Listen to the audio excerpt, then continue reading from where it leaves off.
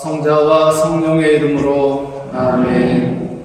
은총이 가득하신 마리아님 기뻐하소서. 주님께서 함께 계시니 여인 중에 복되시며 태중의 아들 예수님 또한 복되시나이다. 천주의 성모 마리아님 주와 저희 부를 때 저희 죄인을 위하여 빌어주소서. 아멘. 성부와 성자와 성령의 이름으로 아멘.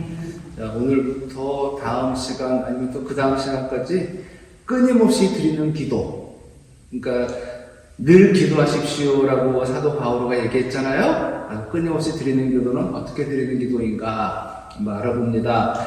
사도 바오로는 데살로니가 서간을 통해 우리에게 늘 기도하십시오라고 권고합니다.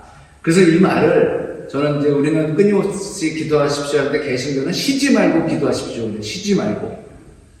가장 좋은 말은 늘 기도하십시오. 끊임없이 기도하십시오라고 이렇게 말하고 싶어요. 사도 바오로가 이렇게 말한 이유는 뭘까? 그 이유를 알기 위해서는 먼저 하나님께서 우리에게 원하시는 것, 즉 하나님의 뜻을 알아야 합니다. 우리를 향한 하나님의 가장 큰 뜻은 바로 우리가 예수님으로 말미암아 죄를 용서받고 구원을 받는 거예요. 어저께도 말씀드렸지만 영혼의 구원, 구령. 우리는 이미 허물과 죄로 사형 선고를 받은 존재예요. 우리는 모르겠지만 사형수예요. 성경은 로마서에서 죄가 주는 품삯은 죽음이라고 했습니다. 우리가 하나님의 심판과 더불어 영원한 벌을 받지 않으려면 하나님의 뜻을 바로 알아야만 하죠. 하나님께서는 피조물인 우리가 영원한 벌을 받아 죽음 가운데 죽는 것을 견디지 못하셔요. 그래서 이런 말이 있어요. 어떤 시간처럼 지옥이 있을까? 지옥은 하나님이 보내는 게 아니라 지발로 가는 거죠. 무한한 사랑의 하나님께서 유한한 인간이 유한한 죄를 졌는데 무한한 벌을 주지 않으시는 거예요. 하나님의 속성을 보면 하나님은 벌 주시는 하나님이 아니잖아요. 그죠? 근데 우리가 하나님의 사랑을, 용서를 거부하고 자기 발로 가는 것이죠. 하나님께서 보내시는 것이 아니에요. 그래서 내 신자분들에게 여러분들은 지옥 걱정하지 말라고. 왜 여러분들이 지옥 갈까봐 걱정하십니까? 우리는 천국에 갈 기대를 하면서 설레임으로 살아야지. 왜 지옥 갈까봐 걱정하시냐고. 우린 지옥 갈 사람들이 아니라 하늘나라 갈 사람들인데 하늘나라 잘 가야죠. 그렇죠? 그러니까 하나님 지옥은 자기 발로 하나님의 사랑을 거부한 사람들이 가는 곳이지, 내가 아무리 죄인이라도 하나님의 사랑을 받아들이고 느낀다면 지옥 갈 일은 없어요. 강도도 갔는데, 평생을 지멋대로 산 강도도 간 낙원을 우리가 왜 못 가요? 그죠? 자, 그래서 말 잘해야 돼요. 그래서 우리가 죽음의 길이 아닌 구원의 길을 걸을 수 있도록 그 길을 열어놓으셨어요. 디모데오 1서 2장 4절. 하나님께서는 모든 사람이 구원을 받고 진리를 깨닫게 되기를 원하십니다. 우리는 하나님께서 주신 말씀을 믿음으로 구원을 받습니다. 하지만 단순히 구원받는 것이 하나님의 궁극적인 뜻은 아니에요. 하나님께서 우리에게 진정으로 원하시는 것은 우리의 삶이 하나님께 영광을 돌려드리는 것과 이 땅에 하나님의 영광이 드러나는 삶을 사는 겁니다. 이 땅에서부터 구원받은 삶을 살라는 거죠. 즉 하나님의 뜻대로 살아가는 것이 우리를 향한 하나님의 계획이며 뜻입니다. 세상 가운데 살면서 하나님의 뜻을 가장 잘 이룬 분이 바로 예수님이시죠. 따라서 우리는 예수님을 본받는 삶을 살아야 합니다. 에페소서 4장 13절. 그리하여 우리가 모두 하느님의 아들님에 대한 믿음과 지식에서 일치를 이루고 성숙한 사람이 되며 그리스도의 충만한 경지에 다다르게 됩니다. 하느님의 뜻은 죄인인 우리가 하느님의 아드님이신 예수님을 믿음으로 성숙한 사람이 되는 거예요. 성장하는 사람에서 멈추는 것이 아니라 성숙. 성장과 성숙을 어떻게 설명할까 생각하면 과일로 보면 알겠죠. 과일. 여기 성 요셉소 남양주에 보면은 거기가 배나무 배가수원이잖아요. 배나무가 많죠. 배가 이렇게 무럭무럭 여름에 잘 자라요. 그래서 엄청 크죠. 그거 땄다고 해서 배가 맛있을까요? 크다고 해서? 아니에요. 그거 못 먹어요.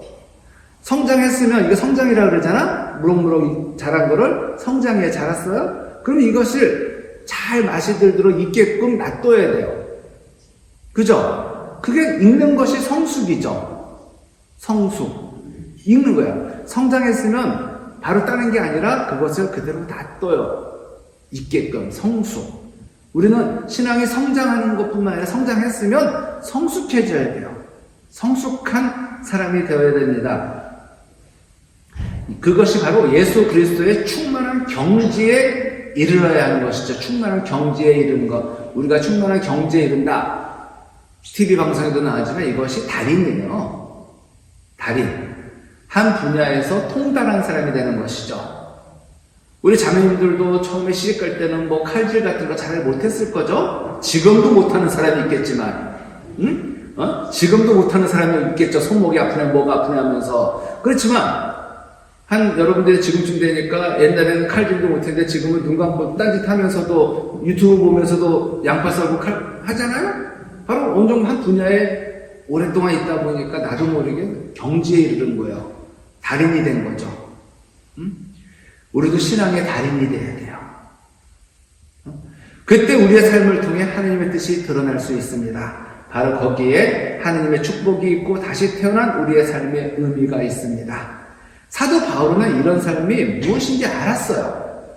하나님께서 첫째가는 죄인, 자기를 첫째가는 죄인으로 표현했어요. 그러니까 죄인 중에서도 으뜸가는 죄인이라는 거죠. 그러니까 자기보다 더 죄인은 없다는 뜻이에요. 자기가 그렇게 예수님을 구박했고 예수 믿는 사람들을 죽이려 했고 자기는 정말 죄인이다. 첫째가는 개신교 어느 성경에서는 그래서 그거를 괴수라고 표현했어요. 괴수. 자, 첫째가는 죄인인 자신을 구원하시고 하느님의 자녀로 삼으셨다는 것을 우리 바울은 알았어요. 믿음의 여정은 여러분들 잘 하셔야 돼요. 이집트를 탈출하는 것이 전부가 아니에요. 홍해바다를 건너가는 것이 전부가 아니에요. 광야를 거쳐 가나안 땅, 약속의 땅에 이르러야 합니다. 근데 가나안 땅에, 약속의 땅에 다 들어갔어요? 칼렙과 여호수아와 칼렙과 몇 명만 들어갔어요. 그 많은 사람들이 못 봤어요. 왜? 의심을 했잖아. 그리고 좌절했잖아. 우리는 진다. 우리는 메뚜기 같다. 자, 광야를 거쳐 가나안 땅에 이르러야 합니다. 그래야 진정한 하느님의 거룩한 백성이 될 수 있어요. 하나님께서는 우리가 하느님의 거룩한 백성이 되어 하느님의 뜻이 우리의 삶의 현장에서 드러나길 바라세요. 삶 따로 신앙 따로가 아니라 삶과 신앙이 일치하는 삶. 우리에게 광야와 같은 고난과 시련이 있어도 그 가운데 하느님의 거룩한 뜻이 드러난다는 것을 명심해야 합니다. 하나님께서는 그런 인생을 우리가 살기를 원하세요. 그래서 때로는 우리를 광야로 보내시는 거예요. 광야는 풍족한 곳이 아니에요. 여러분들이 봐서 알겠지만 사진으로밖에 못 봤지만 우리 그랜드 캐니언 같은 거 그런 데가 바로 광야잖아요. 또 사막하고 또 다르죠. 사막은 모래만 있는 것이고 광야는 모래는 아니지만 척박해요. 흙먼지가 막 일어나죠. 물이 없어요. 풀도 나무도 크게 못 자라. 왜? 물이 없으니까. 그래서 그런 데는 뭐 선인장 같은 거라든가 뭐 나무 이런 거밖에 없는데 척박한 곳이에요. 풍요로운 곳이 아니에요. 일부러 우리를 그런 척박한 땅에 보내신다는 것이죠. 자, 사도 바오로의 고백을 한번 들어보겠습니다. 디모데오 2서 4장 7절에서 8절. 나는 훌륭히 싸웠고 달릴 길을 다 달렸으며 믿음을 지켰습니다. 이제는 의로움의 화관이 나를 위하여 마련되어 있습니다. 의로운 심판관이신 주님께서 그날에 그것을 나에게 주실 것입니다. 나만이 아니라 그분께서 나타나시기를 기다린 모든 사람에게도 주실 것입니다. 이 화관이라 그러니까 잘 뜻이 안 오는데 그냥 월계수관이라는 거예요. 우리가 올림픽에 나가면 이렇게 1등한테 월계수 딱 씌워주잖아요. 그걸 얘기하는 거예요. 즉 경주예요. 전쟁이고 이기는 사람에게 그 주는 관이 화관이에요. 그렇다면 하나님의 뜻을 드러내는 삶은 어디에서 비롯될까? 사도 바울은 자신의 삶을 철저히 말씀에 비추어 살았어요. 사도 바울만큼 유다교의 율법에 따라 철저하게 산 사람 없습니다. 자신이 옳다고 생각하는 전통과 지식 속에서 살던 그가 다마스커스에서 예수 그리스도를 만난 후 180도 바뀌었어요. 360도 바뀌면 안 돼요. 360도 바뀌면 똑같아요. 180도만 바뀌어야 돼요. 자신의 삶이 결코 하느님의 뜻을 이루는 삶이 아님을 깨달은 거죠. 그는 이렇게 자랑합니다. 세속적인 자랑이에요. 갈라디아서 1장 14절 유다교를 신봉하는 일에서도 동족인 내 또래의 많은 사람들보다 앞서 있었고 내 조상들의 전통을 지키는 일에도 훨씬 더 열심이었습니다. 사도행전 22장 4절에서 5절 나는 유다 사람입니다. 킬리키아의 타르수스에서 태어났지만 이 도성 예루살렘에서 자랐고 가말리엘 문화에서 조상 전례의 엄격한 율법에 따라 교육을 받았습니다. 오늘날 여러분이 모두 그렇듯이 나도 하느님을 열성으로 섬기는 사람이었습니다. 또 신자들을 죽일 작정으로 이 새로운 길을 박해하여 남자 여자 할 것 없이 포박하고 감옥에 넣었습니다. 사도 바울은 풍부한 지식과 학벌 등 자랑할 것이 많은 사람이었어요. 유다교의 전통 속에서 그는 어렸을 때부터 하느님의 말씀에 대해서 배웠습니다. 그러니까 즉 토라라고 그래요. 토라. 유다교에서 제일 중요한 성경은 모세오경 토라 5권이에요. 창세기, 그 다음에 뭐죠? 출애굽, 레위기, 민수기, 신명기 이 5권은 목숨과도 맞바꿀 수 없어요. 저 이슬람교에서 쿠란이 있다면 유다교에서는 토라예요. 우리가 믿는 구약에서도 그 5권, 모세오경. 이걸로 달달달 외우는 거예요. 율법에 따라 사는 삶이 정말 바른 삶이라는 삶이라는 확신을 가지고 살았어요. 그러나 다마스커스에서 주님을 만나고 아라비아 광야에서 받은 단련과 훈련으로 주님을 더 깊게 만나며 그는 이제까지의 삶이 주님의 뜻을 드러낸 삶이 아니었음을 비로소 깨닫게 되었어요. 많은 신자들이 바울을 잘못 알고 있어요. 다마스커스로 가는 길에서 바울가 이제 예수를 만났는데 그러고 바로 활동한 줄 알아요? 아니에요. 아라비아 광야로 갔어요. 그래서 준비를 했어요. 몇 년을. 거기서 주님을 만나면서 이제 준비를 한 거고 기다린 거예요.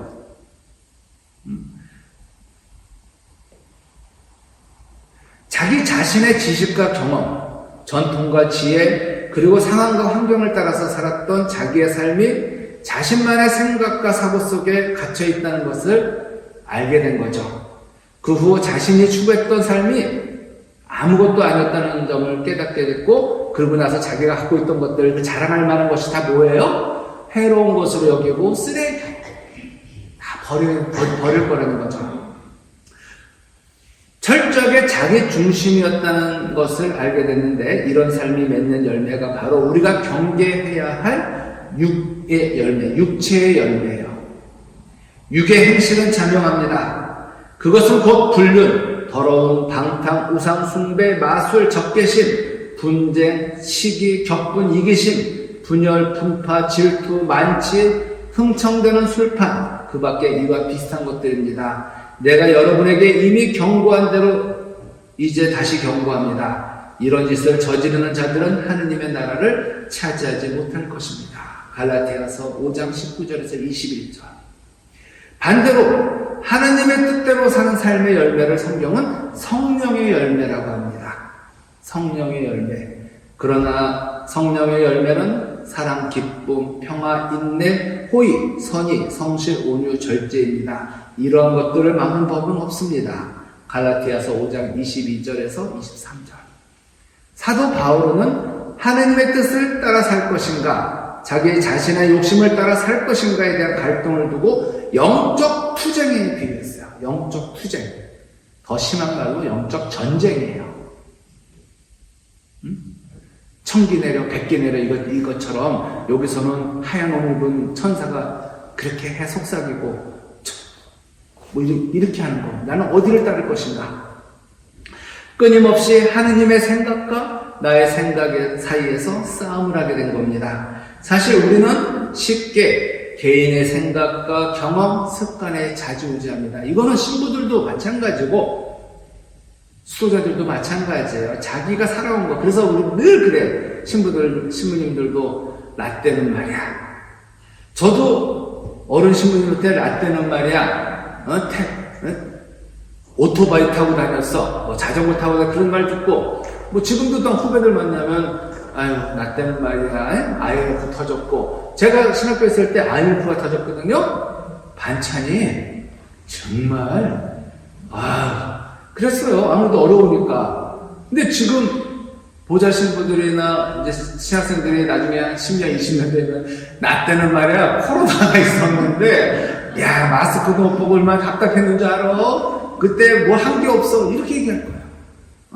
맞아요. 자기 경험이서 좌지우지하는 거예요. 이처럼 연약한 인기에 우리는 스스로 하나님의 뜻을 이룰 수 없어요. 그래서 사도 바울은 자신 안에 선한 것이 하나도 없다는 생각을 가지고 늘 기도한 겁니다. 기도만이 하나님의 뜻을 알고 실천하는 것이죠. 우리는 우리의 힘으로 세상을 이길 수 없습니다. 우리의 힘으로 우리 속에 있는 죄의 부패성에 맞설 수 없어요. 우리의 힘만으로는 사탄을 감당할 수 없습니다. 사탄과 싸워 이기려고 하지 마세요. 지난주 강론 때 그랬죠. 유혹이 사탄에서 오는 것이라면 사탄과 싸워서 이길 수 없어. 그때는 어떻게 해야 돼? 내가 또 그 사탄이 더러서 무서워서 피하냐? 더러서 피하지. 더러서 피하는 거예요. 유혹은 사탄을 피하는 수밖에 없는 거예요. 우리 힘만으로 사탄을 감당할 수 없다는 사실부터 인정해야 돼요.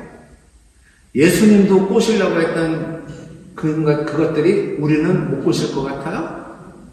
아무리 발버둥 쳐도 육체의 열매를 맺을 수밖에 없는 부패한 제 성향이 우리 안에 있어요. 그래서 그런 거예요.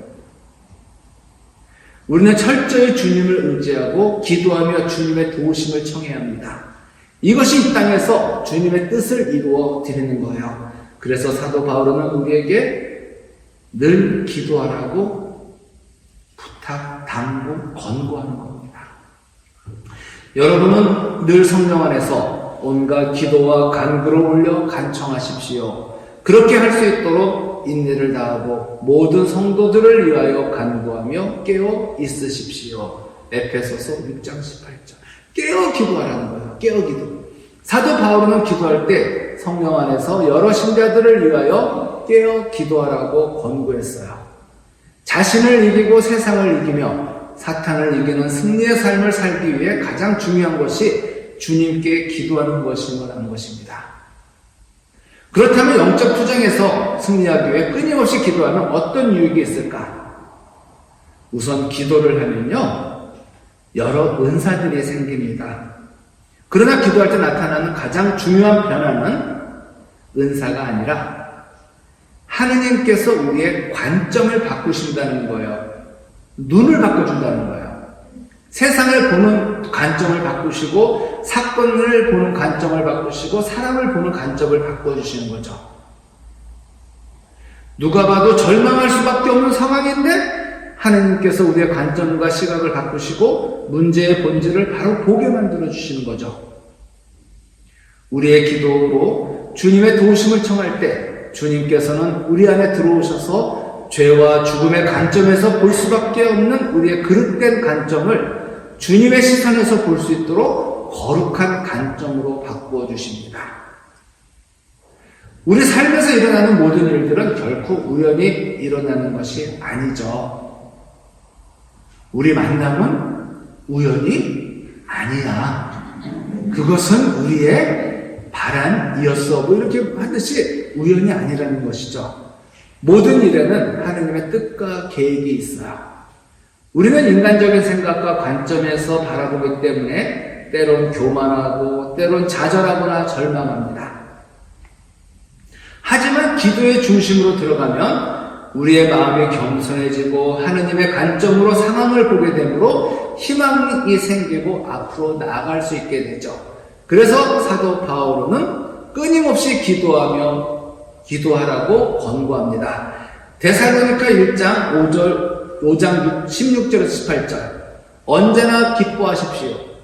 끊임없이 기도하십시오. 모든 일에 감사하십시오. 이것이 그리스도 예수님 안에서 살아가는 여러분에게 바라시는 하느님의 뜻입니다. 기뻐하고 끊임없이 기도하고 감사. 기쁨, 기도, 감사는 세트라는 거죠. 따로따로가 아니에요. 세트. 그래서 신앙인은 저 사람이 신앙인인지 아닌지 어떻게 우리가 판가름할 수 있냐? 기뻐하는 거 보면 돼요. 늘 우울했고 죽상 쓰고 울상이고 그런 사람이 참 신앙이 못 돼요.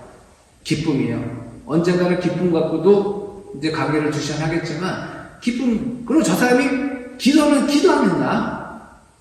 기도하는 사람이 신앙인이죠. 일주일 내내 기도 한 번 안 하는데 기도 안 했다는 건 뭐예요? 하느님을 안 찾았다는 거잖아요. 여러분들이 연애할 때 결혼한다 해 말고 연애할 때 일주일에 한 번도 문자를 안 보내는데 저 사람이 나를 열렬히 사랑하는구나 믿을 수 있어요? 안 믿죠. 안 믿어요. 사랑하면 사랑한다고 표현을 해야죠. 그게 뭐예요? 그게 기도인 거예요. 하느님을 사랑하면 사랑한다고 표현하는 것이 바로 기도인 거예요. 이제 끊임없이 드리는 기도의 뒤로 또 가면은 찬양하며 드리는 기도가 또 있어요. 바로 하느님을 사랑하면 찬양하게 되는 거죠. 저절로 노래가 나오죠. 그리고 기도했으니까 저절로 어떻게 돼요? 감사하는 삶을 살게 되죠. 기뻐하는 삶, 기도하는 삶, 감사하는 삶은 신앙인인지 아닌지를 알 수 있는 표식이에요. 집에 가면은 어떤 집에 가면은 선물방이에요. 탁자에 뭔 성모상도 많고 십자고상도 이렇게 모아놨는지 오는 사람 하나씩 주려고 했는지 모르겠지만 그거는 정말 그것 때문에 옛날에 우상숭배가 이제 성상 싸움이 났는지 모르겠지만 좀 따로따로 좀 방마다 놓든가 그래서 선물방처럼 만들지 마세요. 헷갈려요. 누구한테 기도하는 거야? 그거 많다고 저 사람이 신앙이라고 우리 말하지 않아요. 그쵸? 이거는 물건 놓은 거야. 얼마나 비싼 건지 몰라. 이태리 대리석으로 만든 거야. 대리석으로 만든 성모상은 기도를 잘 들어준답니까? 기도가 잘 먹힌대요? 아니에요. 그러면 나는 금으로 만든 묵주알로 한번 기도해볼까? 아니야. 그게 정말 제일 비싼 기도는 우리 할머니들 묵주예요. 줄이 달아서 끊어질 듯 말 듯한 그 묵주들 있죠? 거기에 얼마나 많은 시간과 사랑이 들어갔겠어. 그 묵주가 제일 비싼 거예요. 저는 그 묵주 이렇게 돌아가시면 사람들 이제 우리 고인의 손에다가 지어주면 난 너무 아까워. 저건 내가 갖고 싶을 정도예요. 왜? 그 할머니의 기도가 들어가 있는 묵주잖아. 근데 저걸 태우면 어떡하지? 너무 아까운 거예요. 자, 또 로마서 1장 9절에서 10절 그분 아드님의 복음을 선포하며 내 영으로 섬기는 하느님께서 나의 증인이십니다. 나는 끊임없이 여러분 생각을 하며 기도할 때마다 하느님의 뜻에 따라 어떻게든 내가 여러분에게 갈 수 있는 길이 열리기를 빌고 있습니다. 로마로 못 가고 있거든요. 그래서 끊임없이 여러분 생각하면서 저도 이제 그 묵주 기도를 하면서 낮에 풍산성당 교우들을 위해서 끊임없이 생각하는 거죠. 어떤 풍산성당 몇몇 신자가 아니라 풍산성당 가정공동체를 기억하면서 기도를 하죠. 그리고 이제 특별히 또 기도를 해줘야 될 분들 생각하고. 왜? 풍산성당은 나에게 있어서 기도 첫 번째 대상이에요. 나에게 맡겨진 소임이고 나에게 맡겨진 양들이니까. 떠난 본당? 나가리. 왜? 거기 본당 신부가 서로 왔으니까. 물론 떠난 본당 신자들이 기억나긴 하지만 거기는 거기 본당 신부의 역할이 있는 거고 나는 이제 나의 역할은 풍산성당 교우들을 기억하는 거죠. 자, 예언자 사무엘도 끊임없이 드리는 기도에 대해서 말했어요. 사무엘 1권 12장 23절 나 또한 여러분을 위하여 기도하기를 그치거나 하여 주님께 죄를 짓지는 않을 것이요 그리고 나는 여러분에게 좋고 바른 길을 가르쳐주겠어. 이게 사목자들의 역할이에요. 여러분을 위하여 뭐예요? 신자예요.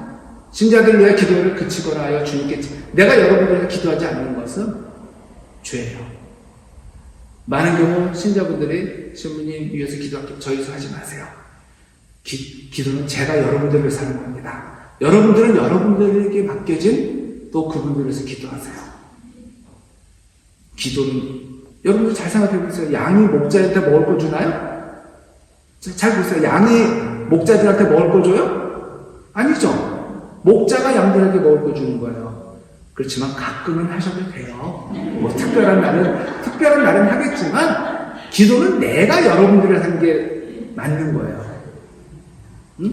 그리고 여러분들은 여러분들에게 기도 부탁을 하는 분들이 있잖아요. 여러분들도 기억해야 될 또 양들이 있어요. 여러분들의 자녀, 이웃 하는 거예요.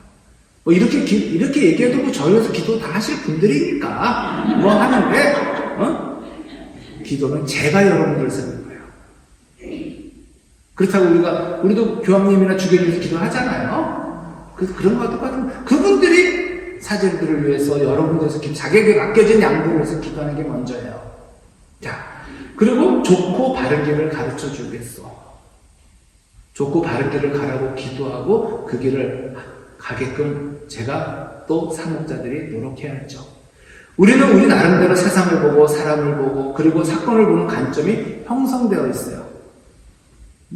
그것이 우리가 세상을 보는 방법이에요. 어쩔 수 없어요.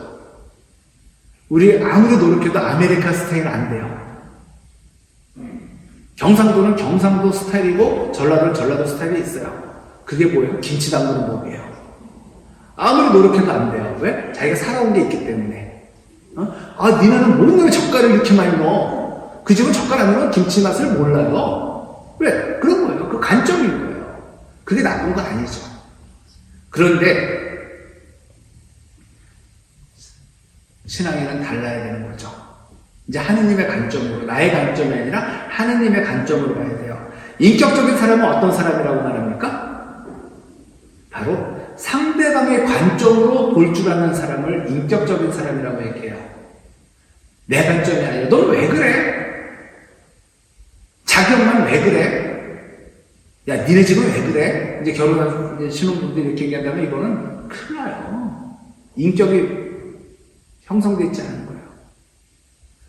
자기 집은 바닷가 쪽이라 좀 이렇구나. 받아들일 수밖에 없는 거지. 자기는 저기 태백시 가서 정선 산골짜기인데, 역시 산골짜기라, 뭐 이럴 수밖에 없고. 그런 것을 상대방의 관점에서 봐주는 거죠. 쉽게 말하면 나 중심적으로 형성된 관점 속에 다른 사람의 입장, 다른 사람의 상황을 고려하고 그 관점에서 상대방을 대할 때 그 사람을 인격적인 사람이다, 배려가 많은 사람이다라고 이야기하는 거예요. 그렇다면 그리스도는 어떤 사람일까요? 성경에서는 그리스도의 영이 없으면 그리스도의 사람이 아니라고 했어요. 그러면 그리스도의 영은 어떻게 우리 가운데 들어올까요? 그리스도의 영은 우리가 기도할 때 우리 가운데 들어오는 거예요. 기도하지 않는 사람은 착한 사람은 될 수 있을지 몰라도 그리스도인이라고 말할 수는 없어요. 그리스도의 영은 우리가 기도할 때 들어온다. 그리고 우리를 향한 주님의 뜻이 무엇인지를 보게 만들고 주님의 뜻에 따라 살도록 우리에게 순종의 능력을 줘요. 자, 그러면 끊임없이 기도하십시오 그러는데, 그럼 끊임없이 기도하십시오라니 끊임없이 기도한다는 것은 어떤 의미일까? 첫째, 기도를 멈추지 말라는 뜻입니다. 그러면 잠도 자지 말고 일도 하지 말고 기도만 하라는 걸까요? 아니죠. 그 뜻은 아니에요. 우리가 기도하지 못할 때는 성령께서 우리를 대신해서 기도해 주십니다. 근데 뭐 허건날 기도를 안 하는데 뭐 성령께서 은혜해 줘. 우리가 참으로 이것은 참으로 귀한 하느님의 역사입니다. 우리의 연약함을 아시는 하나님의 자비로운 보살핌인 거예요. 그래서 기도를 멈추지 마세요. 그리고 뭔 일을 해도 기도하듯이 하는 거죠. 설거지를 할 때도 기도하듯이, 사회생활을 할 때도 기도하듯이 사람들을 대하고. 그러면은 욕이 나오겠어요? 부정을 저지를 수 있겠어요? 지금 내가 손에 묵주 들고 남한테 행령을 하겠어요? 그렇잖아요. 여러분들 묵주반지를 왜 끼는 줄 아세요? 묵주반지 끼고 남 어떻게 속일 거야? 묵주반지 끼고 기도하는 사람은 많이 못 봤지만 또 어떤 분은 또 달아서 또 잊어버린 경우도 있어요. 이게 정말 그때까지 기도한다면 내 손에 묵주반지가 있고 내 목에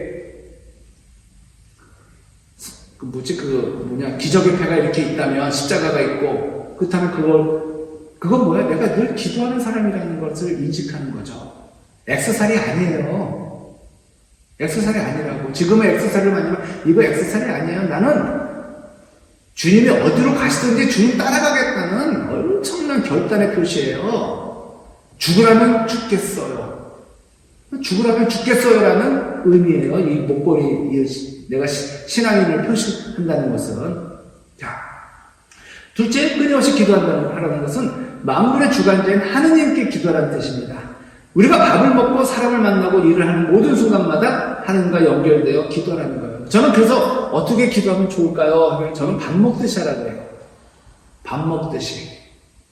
여러분들, 그러니까 젊은 사람들한테 밥 먹듯이 하라고 그러고, 이제 좀 연세 드신 할머니, 할아버지한테 약 먹듯이 하라고 그래요. 약 먹듯이. 왜? 오늘도 약 드시고 오셨죠? 약 먹듯이 하는 거예요. 그래요.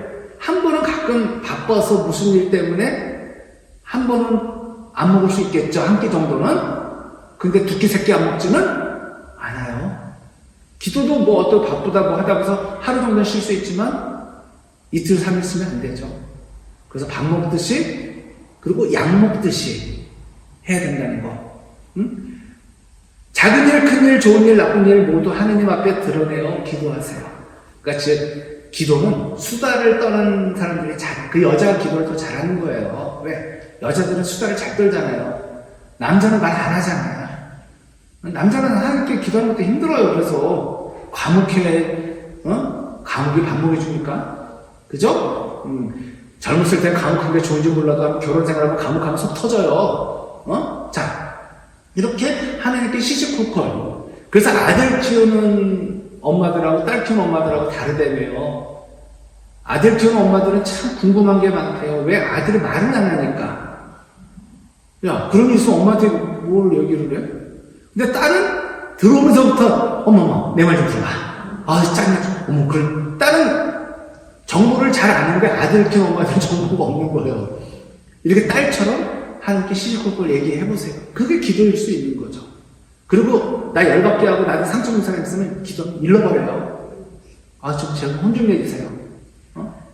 이렇게 하나님께 말씀해요. 대화잖아. 하나님과 나는 대화인데 대화가 늘 고상합니까? 여러분들이 친구들과 나누는 대화가 늘 고상해요? 아니잖아요. 수다도 대화야죠. 그래서 여자들의 기도도 더 잘하고 여자들이 또 잘 풀어진대요. 왜? 수다를 떠니까. 응? 남자가 우울증 걸리면 그건 정말 심각해요. 여자보다 남자가 걸리면. 요즘 우울해요. 사도 바울은 요즘 외로워요. 사도 바울은 감옥에 있을 때나 자유로울 때나 아시아에 있을 때나 유럽에 있을 때나 밤이나 낮이나 항상 주님 앞에 기도했어요. 셋째, 이것만 하고 오늘을 마칠게요. 끊임없이 기도하라는 뜻은 항상 기쁨으로 감사하며 기도하는 뜻이에요. 아까 제가 얘기했죠. 세트. 기쁨, 감사, 기도. 항상 기쁨으로 감사하며 기도하라는 뜻이에요. 기도할 때마다 늘 여러분, 첫날부터 지금까지 복음을 전하는 일에 동참하고 있기 때문입니다. 나는 밤낮으로 기도할 때마다 끊임없이 그들을 생각하면서 내가 조상들과 마찬가지로 깨끗한 양심으로 섬기는 하나님께 감사를 드립니다. 감사를 드리면서 기도하면 결과와 상관없이 감사의 열매를 맺게 돼요. 하느님의 신실하신 사랑과 보살핌을 더욱 의지하게 되고, 힘들고 어려운 상황에 부딪혔을 때 하나님께 먼저 감사를 드려보세요. 모든 것을 주관하시는 하나님께서 위기를 기회로 바꿔 주시리라 믿고 간청해 보세요. 주님께서 우리의 눈물을 기쁨으로 바꿔 주실 겁니다. 다음 시간에는 끊임없이 기도하라 그러는데 뭔가 방법이 있을 거 아니에요? 끊임없이 기도하기 위한 방법에 대해서 말씀드리겠습니다. 영광이 성부와 성자와 성령께 성부와 성자와 성령의 이름으로 아멘.